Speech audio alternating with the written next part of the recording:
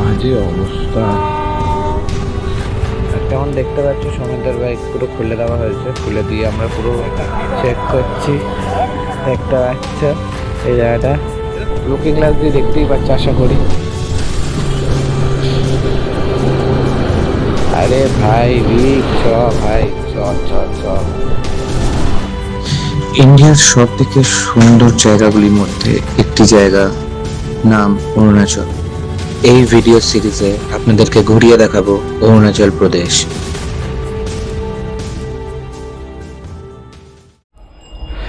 Hello guys, আমার চ্যানেলে তোমাদের সবাইকে স্বাগত। আমার চ্যানেলের নতুন সিরিজ আসতে চলেছে, যেটা তোমরা থাম্বনেল দেখে বুঝতেই পেরে গেছো। আমরা টুয়ার্ডস যাচ্ছি হচ্ছে অরুণাচল। তো আজকের বাইকে আছে হচ্ছে এই ট্রিপের বাইকে সিদ্ধার্থর বাইক হিমালয়ান 411, যেটা থাকবে হচ্ছে টেলে। ওখানে আছে হচ্ছে দেবাঞ্জনের 450 হিমালয়ান, যে থাকবে হচ্ছে মিডে। মৈনাকের হচ্ছে সেই মৈনাক যে নর্থ সিকিমের রাইডে আমাদের সঙ্গে ছিল, সে আবার আমাদের সঙ্গে যাচ্ছে অরুণাচলে। তো ওর NS 200 ও থাকছে হচ্ছে দেবার আগে থাকছে, মানে আমার পেছনে থাকছে ও, মানে আমি লিড করছি, আমার বাইক ডমিনার নিয়ে আমি লিড করছি। সৌমিতদার যাওয়ার কথা ছিল না, সৌমিতদাও প্ল্যানে চলে এসছে ভাই কোথা থেকে। মানে এটা খুব বড় একটা সারপ্রাইজ ছিল আমাদের জন্য, আমরা প্রচুর এক্সাইটেড এই ট্রিপটা নিয়ে। আর তার মধ্যে এরকম একটা রাইডার যদি আমাদেরকে সারপ্রাইজ দেয় তো সে মানে কিছু বলার নেই, মানে স্পিচলেস টোটালি। তো সৌমিতদার বুলেট নিয়ে আছে। সৌমিতদা থাকবে হচ্ছে হিসাব মতন তাহলে মৈনাকের পেছনে। আর এটা হচ্ছে ডিউক 200, যেটা হচ্ছে বিপ্লবের, যে আমার চ্যানেলে তার তুমি ভিডিও দেখেছিলে, কেন কি দার্জিলিংয়ে যখন আমার ফার্স্ট রাইড যেটা ছিল, সেই রাইডে কিন্তু বিপ্লব আর আমি গেছিলাম। বিপ্লবের তখন বাইক ছিল হচ্ছে R15 ছিল। তো সেটা নিয়ে দার্জিলিং করেছিল। ছেলেটার মধ্যে অবশ্যই খুব মানে কী বলবো, মানে খুব পেশেন্স আছে, যে ওই টাইমে ওরকম একটা বাইক নিয়ে এমনি, মানে আমরা রাইড করি একটুখানি অফ রোডিং বাইক বলো বা একটু রিল্যাক্স করে যেন বসতে পারি সেরকম বাইকের ওপর, কিন্তু বিপ্লব কিন্তু পুরোপুরি এমন একটা বাইক চয়েস করেছিল যেটা নিয়ে ও গেছিলো, আর ও এটা নিয়ে কমপ্লিট করে এসেছিলো। তো এটা হচ্ছে বিপ্লবের, ও থাকছে হচ্ছে মৈনাকের পেছনে, মানে প্রথমে থাকছে আমি, তারপর থাকছে মৈনাক, তারপর থাকছে বিপ্লব, তারপর থাকছে সৌমিতদা, তারপর থাকছে হচ্ছে সিদ্ধার্থ। তো এটা হচ্ছে আমাদের টোটাল পুরো লাইন আপ। আর আমরা এই মুহূর্তে আছি কলকাতা শহরে ITC রয়্যাল বেঙ্গলের সামনে, যে দেখতেই পাচ্ছ কি সুন্দর আমাদের এখানকার হোটেল বলতে পারে। এটা কিন্তু 5 স্টার হোটেল আমাদের কলকাতার সামনে, JW মেরিয়েট আছে। আর কথা না বাড়িয়ে সোজাসুজি আমরা বেরিয়ে পড়বো রাইডের দিকে। অনেকটা পথ যেতে হবে, আর এখন ঘড়ির কাঁটায় বাজে হচ্ছে 10:30 অলরেডি বেরিয়ে গেছে। ওফ, 10:30 বেড়ে গেছে। আর এনার্জি এমনি অনেকটা লস হয়ে গেছে, কারণ আমি 8:30 থেকে বেরিয়েছি। বেরিয়ে আমি বেরোনোর জন্য করেছিলাম। তো চলো একবারে রাস্তায় গিয়ে তোমাদের সঙ্গে সরাসরি এই ট্রিপের একটা জিনিস তোমাদের সঙ্গে শেয়ার করব, আর দেখতে থাকো এই ফুল সিরিজটা। তো চলো দেখা হচ্ছে রাস্তায়। তো বন্ধুরা, তোমরা যেই ব্রিজটার ওপর দিয়ে আমি যাচ্ছি, সেই ব্রিজটা হচ্ছে বড় জাগলি ব্রিজ। এই ব্রিজটাই নতুন খুলেছে, যেটা দিয়ে আমরা যাচ্ছি, যেটা দেখতে পাচ্ছ।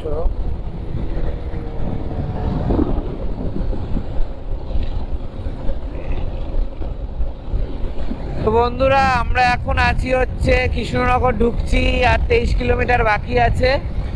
আর রাস্তা তো ভীষণ ভালো, মানে বলে বোঝাতে পারবো না, খুব সুন্দর রাস্তা। আমি আমার বাইক ক্রুজ করছি 100, 101, 2 এরকমে ক্রুজ করছি। এখন ঘড়ির কাঁটায় হচ্ছে 1:06, এস্টিমেটেড টাইম দেখাচ্ছে 1:38। আশা করি তার আগেই আমরা ঢুকে যাব। ডিরেক্ট কৃষ্ণনগরে গিয়ে ওখানে একটু হালকা ফুলকা খাবো, খেয়ে আবার বেরিয়ে পড়বো আমরা টুয়ার্ডস অরুণাচলের দিকে। বন্ধুরা, আমরা এখন আছি শঙ্কর মিষ্টান্ন ভান্ডার বলে একটা দোকান আছে। আর দোকান বলতে এটা আছে কৃষ্ণনগরে, তো সেটা আমি তোমাদেরকে দেখাই, আগে শেয়ার করাই। এই যে এই হচ্ছে দোকানটা।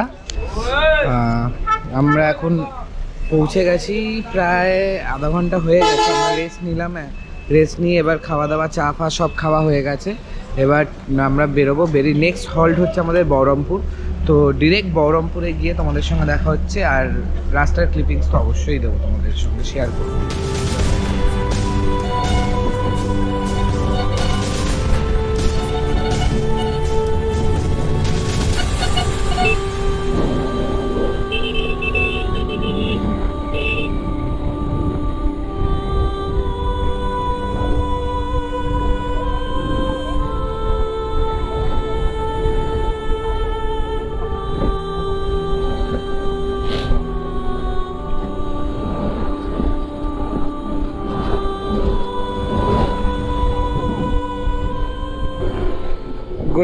Good morning friends.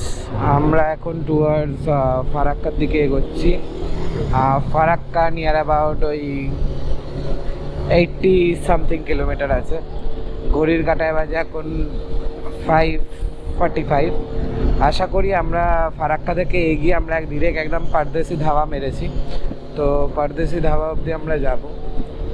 তো পেছনে সমিতদা আছে, সামনে আমার সামনে মৈনাক আছে, তার সামনে সিদ্ধার্থ, তার সামনে দেবা।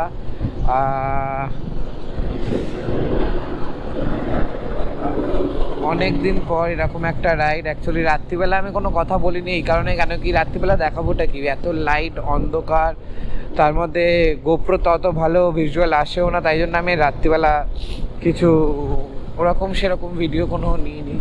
যেটুকানি নেওয়ার ছিল যে তোমরা দেখবে রাস্তার রাইট ভিউ, সেইগুলো আমি অবশ্যই নিয়েছিলাম। এখনের ওয়েদারটা হচ্ছে সেরা ওয়েদার মানে সেরা ওয়েদার। তোমরা দেখতে পাচ্ছ একদম হালকা ফগ, ঠিক আছে, হালকা ফগ, একদম আলাদাই, মানে আলাদাই। আরে ভাই রিক চ, ভাই চ।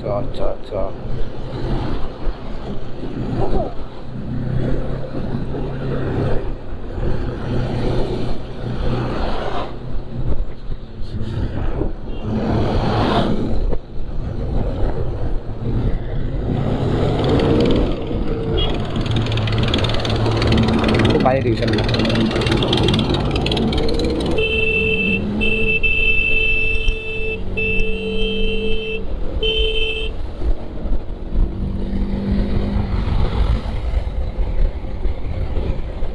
এই সকালটা হয়েছে আর পোকার উৎপাত শুরু। খুবই মানে চোখে লাগছে, খুবই বাজে একটা অবস্থা। দেখতেই পাচ্ছ কুয়াশা চারিদিকে, একদম মানে আলাদাই একটা মজা। আর ঠান্ডা ওয়েদার, কিন্তু একটুখানি রোদ্দুর যদি উঠে যায় তখন কিন্তু খুব কষ্ট হবে, কেন কি রাইডিং জ্যাকেট ফ্যাকেট এইসব পরে খুবই প্রবলেম হবে। তো চলো আগে যেতে যেতে কথা হচ্ছে।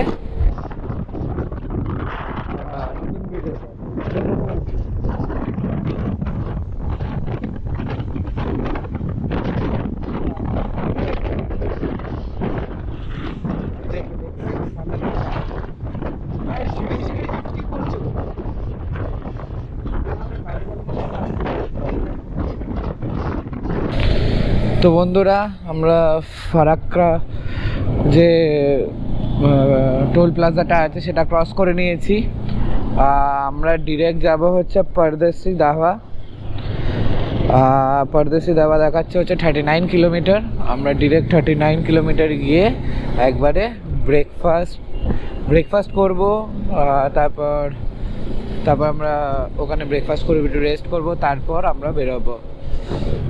এই যে সবাইকে দেখতে পাচ্ছ, সমিতদা, বিপ্লব, তার আগে রিক, তার আগে হচ্ছে সিদ্ধার্থ, আর তার আগে হচ্ছে দেবা। তো চলো আর কিছুটা পথ, আর টোটাল আমাদের এখনো 300 কিলোমিটার মতন এসছি। আর আপাতত আমাদেরকে যেতে হবে হচ্ছে 386 বা 390 এরকম কিছু যেতে হবে আলিপুরদুয়ার ঢুকতে।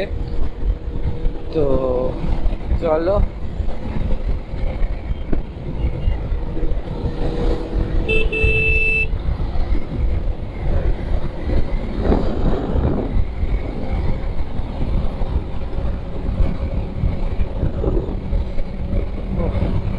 একটাই প্রবলেম হচ্ছে আমার, যে আমি তো অ্যাকচুয়ালি ভাইজার ছাড়া চালাই, আমি ভাইজার লাগিয়ে আমি চালাতে পারি না, কারণ কি আমার খুব ভিশনের প্রবলেম হয়, তার জন্য আমি ভাইজারটা তুলে দিই, তুলে দিয়ে পুরো চালাই। তো ডিরেক্ট পুরো এয়ার ডিরেক্ট যা উড়ে আসে পুরো চোখে এসে হিট করে। তো চলো যাচ্ছি সামনে ইন্ডিয়ান অয়েল পেট্রোল পাম্প, এখানে দিয়ে হয়তো সৌমিতদা তেল ভরাতে পারে। তো আমি একটু এগিয়ে দাঁড়াচ্ছি, কেন কি এখানে রাস্তা করা আছে।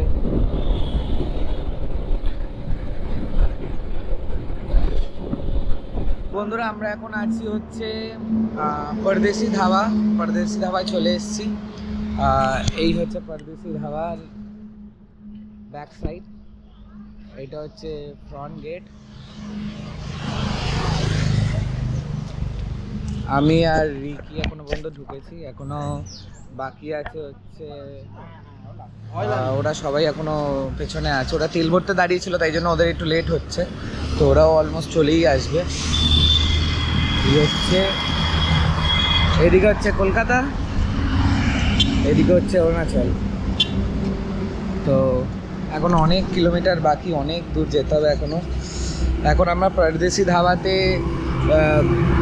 আমরা একটুখানি ফ্রেশন আপ হবো, ফ্রেশ হয়ে একবারে তারপর আমরা বেরোবো টুয়ার্ডস আমাদের ডেস্টিনেশনের দিকে।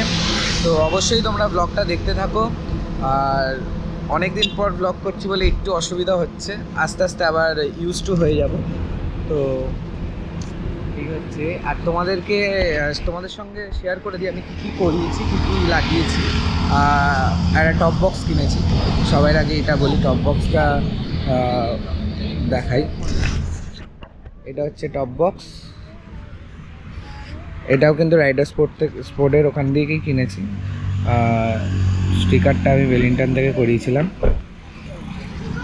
এই ফ্ল্যাগটা দ্য থ্রটেল বন, যেটা লোগো তোমরা দেখতে পাবে। আর হ্যাঁ, এটা আমার লুক বাইকের। তো চলো, তো বন্ধুরা আমরা পরদেশি ধাবা থেকে বেরিয়ে যাচ্ছি। একটু সৌমিতদার বাইকে প্রবলেম হচ্ছে, হালকা মানে স্টার্টে প্রবলেম নিচ্ছে।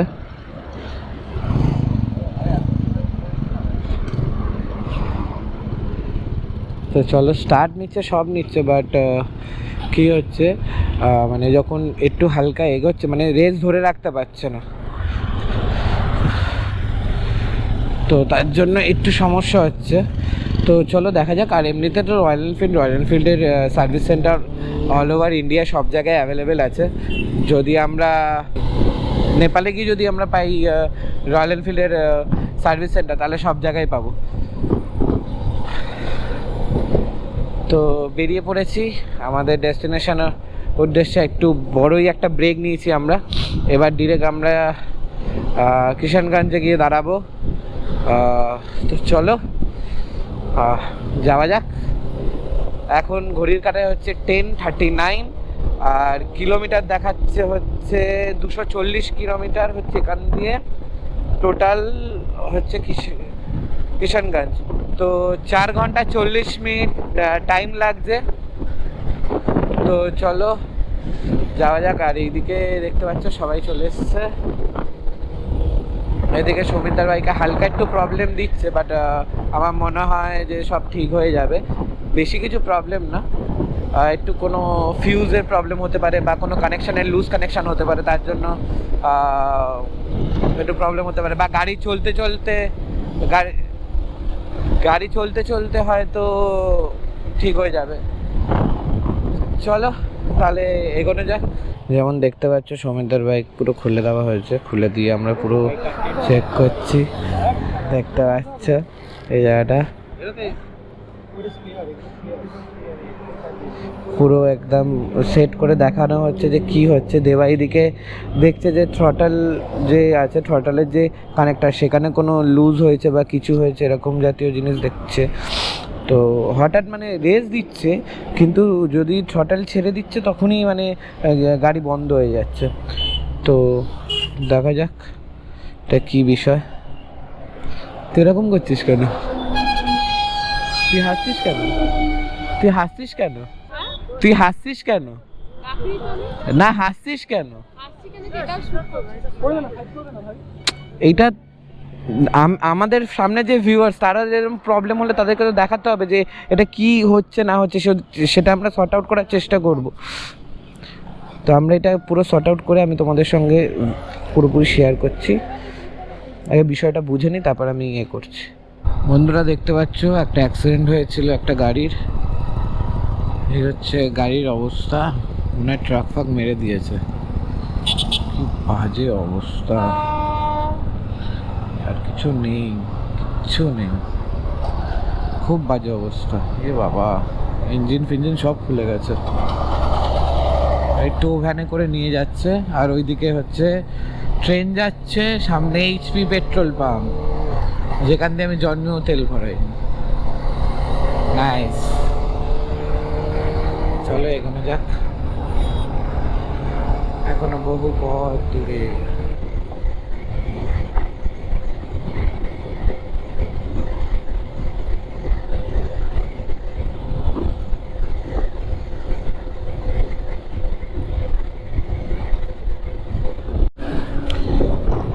তো বন্ধুরা, একটা রাত দিয়ে শুরু করলাম আমাদের রাইড, আর একটা রাত আজকে হয়ে গেল আমাদের। আর 89 কিলোমিটার লাগবে হচ্ছে যেতে আলিপুরদুয়ার।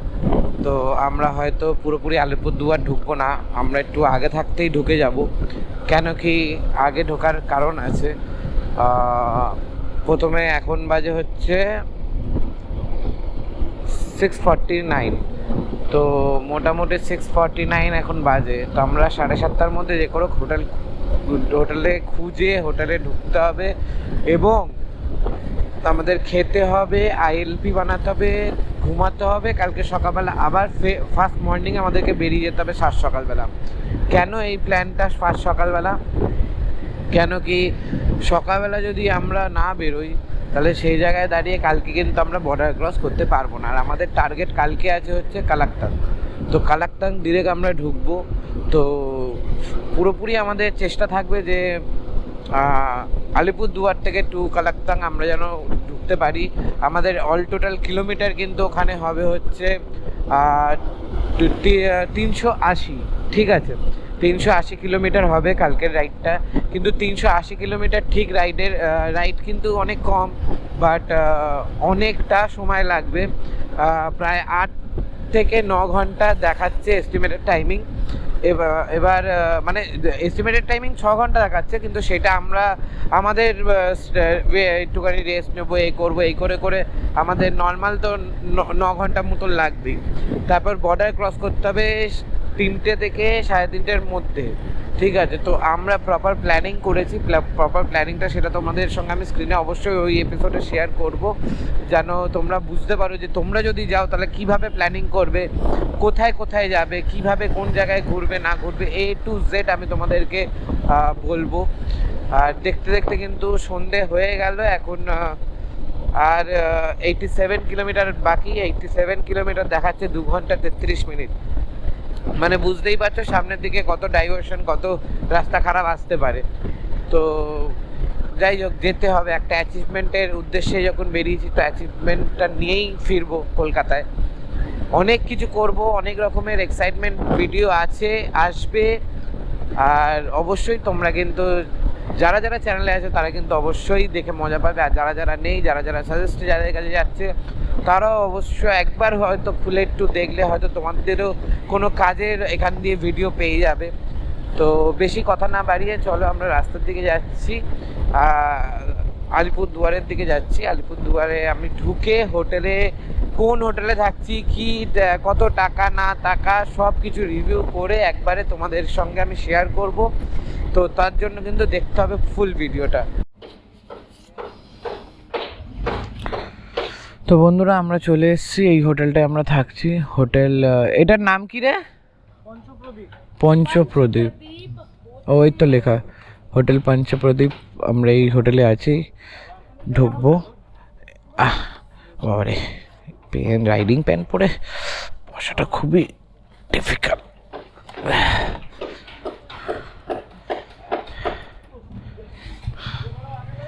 তো আমরা সোজা ভেতরে পার্কিং আছে, পার্কিং দেখে আমরা নিয়েছি রুম।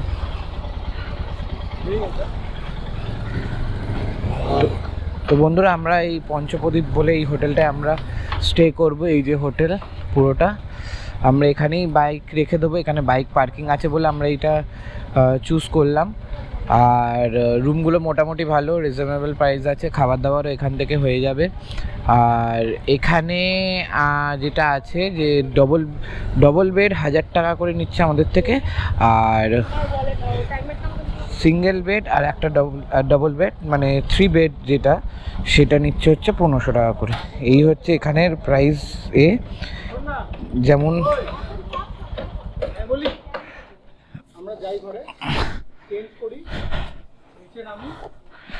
তো এই হচ্ছে হোটেল, খুব ভালো।